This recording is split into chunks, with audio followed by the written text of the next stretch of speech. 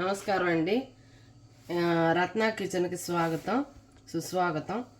ఈవేళ నేను చేసే ఐటెం ఏంటంటే కాకరకాయ స్టఫ్డ్ కూర. దానికి కావాల్సిన పదార్థాలు ఏమిటి అంటే కాకరకాయలు నేను ఒక 8 కాకరకాయలు తీసుకున్నాను. తర్వాత ఏమో 2 స్పూన్లు కారం, 2 స్పూన్లు జీరా ధనియా పౌడరు, 1 స్పూనుడు ఉప్పు, 1 స్పూనుడు ఒక అర స్పూనుడు పసుపు. స్టఫింగ్ కోసం అది ఎందుకంటే నిలవదు కనుక కొంచెం శనగపిండి వేయాలి. ఆ శనగపిండి, 1 ఉల్లిపాయ, కావాల్సిన వాళ్ళు వెల్లుల్లిపాయ కూడా వేసుకోవచ్చు. అది వాళ్ళ ఇష్టాన్ని బట్టి. ఉప్పు మాత్రం మీరు ముందర తక్కువ వేసుకోండి. తర్వాత కావాలంటే ఆ పొడి కలుపుకుని నోట్లో వేసుకు చూసుకున్నాక సరిపోలేదు అనుకున్నప్పుడు మీరు కొంచెం ఉప్పు కలుపుకోవచ్చు. అదండి కావాల్సిన పదార్థాలు ఇవి. ముందర ఈ కాయల్ని నీళ్ళలో వేసి ఉడకపెట్టుకోవాలి. ఒక్క పొంగు రానివ్వాలి అంతే. ఎందుకంటే ఇవి స్టఫ్ చేయాలి కదా. నీళ్లు పెట్టుకున్నానండి, మరుగుతున్నాయి. ఇందులో వేసేసి ఒక పొంగు వస్తే ఇది ఒక్క పిసరు ఈ పైన చర్మం మెత్తబడుతుంది. మెత్తబడగానే తీసేసుకోవాలి. తీసేసుకుంటే ఇలా కాయలుగానే చేసుకోవాలి. ఇది కాయలుగా చేసుకుంటేనే బాగుంటుంది. కాకరకాయలు ఉడకపెట్టానండి. ఉడకపెట్టి తీసేసా. అంటే ఒక్కసారే కొంచెం 1 పొంగు రావాలంతే, పెద్ద ఎక్కువ ఉడకక్కర్లేదు. ఇలా చీలికలా చేసుకోవాలి. చేసుకున్నాక ఇప్పుడు ప్రొసీజర్ చూపిస్తాను. మళ్ళీ పెట్టుకున్నానండి. దీంట్లో కొద్దిగా 1 స్పూనుడు నూనె వేస్తున్నా అంతే.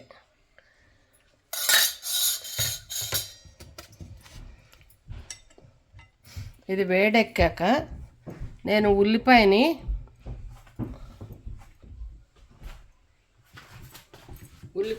ఇలాగా గ్రేప్ చేసుకున్నానండి. ఇప్పుడు ఇది ఉల్లిపాయలు ఇవన్నీ కలిపి ఒక్కసారి వేయించుకోవాలి. వేయించుకున్నాక అప్పుడు అందులో స్టఫ్ చేసుకుందాం మనం.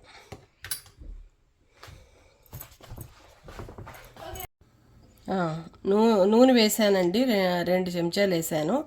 వేడెక్కింది. ఇప్పుడు ఇందులోనేమో ఈ ఉల్లిపాయది మనం ఈ ఉల్లిపాయ గుజ్జుని ఇలా వేస్తున్నాను. ఇది కొంచెం 1 పిసరు వేగాక అప్పుడు ఆ కారం ఉప్పు అన్నీ కూడా ఇందులోనే వేసేసి వేయిద్దాం 1 నిమిషం. ఇదిగోనండి వేగింది. అంటే పచ్చివాసన పోవాలన్నమాట. పచ్చివాసన పోయింది. ఇప్పుడు ఇందులోకి ఆ కారం అవి కలిపేస్తాను. కలిపాక స్టఫ్ చేయడం చూపిస్తాను. ఇంకోనండి కారం వేస్తున్నాను, ధనియా జీరా పౌడరు, సాల్టు,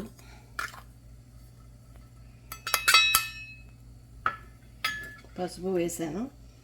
ఇంకో కొద్దిగా శనగపిండి కూడా వేయాలండి. సరిపోతుంది అనుకుంటున్నాను.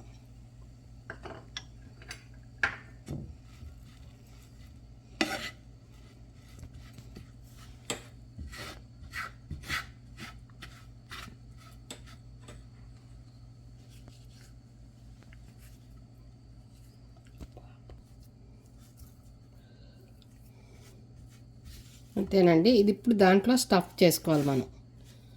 అదండి ఇలా స్టఫ్ చేస్తున్నాను. ఇలా స్టఫ్ చేసుకోవాలండి. దీంట్లోకి గింజలు తీయక్కర్లేదు, ఎందుకంటే లేతగానే ఉంటాయి కనుక. ఈ కాయలు పొట్టిగా ఉన్నాయి కదా, ఇవి లేత కాయలండి. అందుకని లోపల గింజలు తీయక్కర్లేదు. ముద్రకాయలు అయితే తీసుకోవాలి.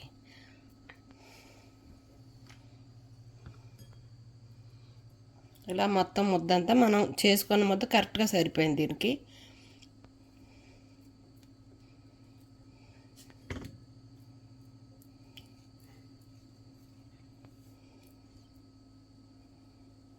నీరు మాత్రం ఉడకగానే కట్ చేసుకున్నాక ఒక్కసారి పిండేయాలి. కాయని పిండేస్తే నీరంతా వచ్చేస్తుంది కనుక గమ్ముని వేగుతాయి. అదేనండి, అంతే. ఇంక ఇప్పుడు వేయించుకోవడమే ఇవి మనం. ఇంకో బాండీలో నూనె వేస్తున్నాను, కాయలు వేసానండి. ఇప్పుడు దీంట్లో ఈ స్టఫ్డ్ కాయలు వేసి బ్రౌన్ కలర్ వచ్చే వరకు వేయించుకోవడమే.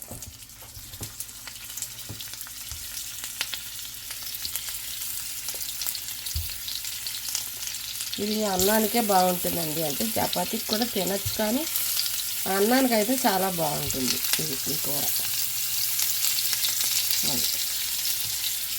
మళ్ళీ వేగాక చూపిస్తాను మీకు.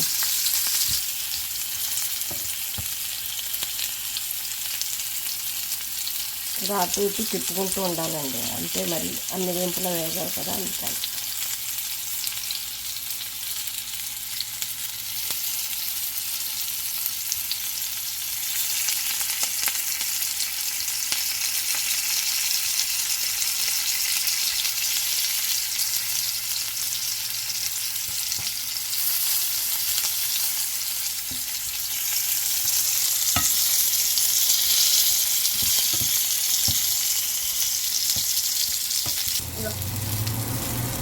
ఇదిగోనండి, సగం వేగాయి, సగం వేగాయండి, ఇంకా సగం వేగాలి.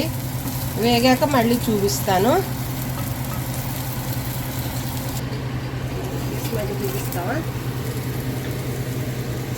ఇదిగోనండి, ఇలా వేగాయి, ఇంకా ఒక్కసారి వేగాలి. వేగితే సరిపోతుంది.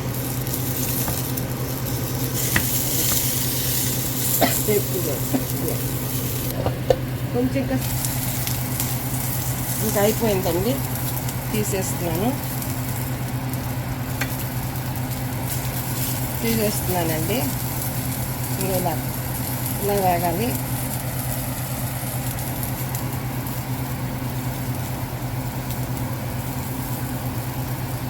ఇదిగోండి, తీసేస్తున్నాను.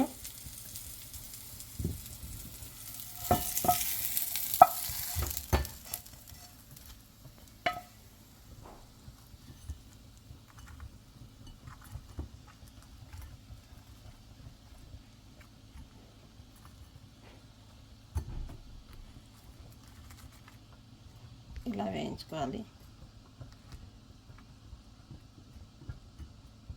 అంతేనండి. ఈ కూర కొంచెం కొత్తిమీర చల్లుకోవడమే, అది అయిపోయిందండి. ఈ కూర కాకరకాయ స్టఫ్డ్ కూర చాలా బాగుంటుంది, అన్నంలోకి అయితే చాలా బాగుంటుంది. ఇది రొట్టెలోకి అయితే చూడండి, తింటే తెలుస్తుంది మీకేను. నాకైతే అంత నచ్చలేదు, అందుకని చెబుతున్నాను. మీరు తిని ఆనందించి నాకు మీ కామెంట్స్ ఏంటో పెట్టండి, సబ్స్క్రైబ్ చేయండి, బెల్ ఐకాన్ నొక్కండి.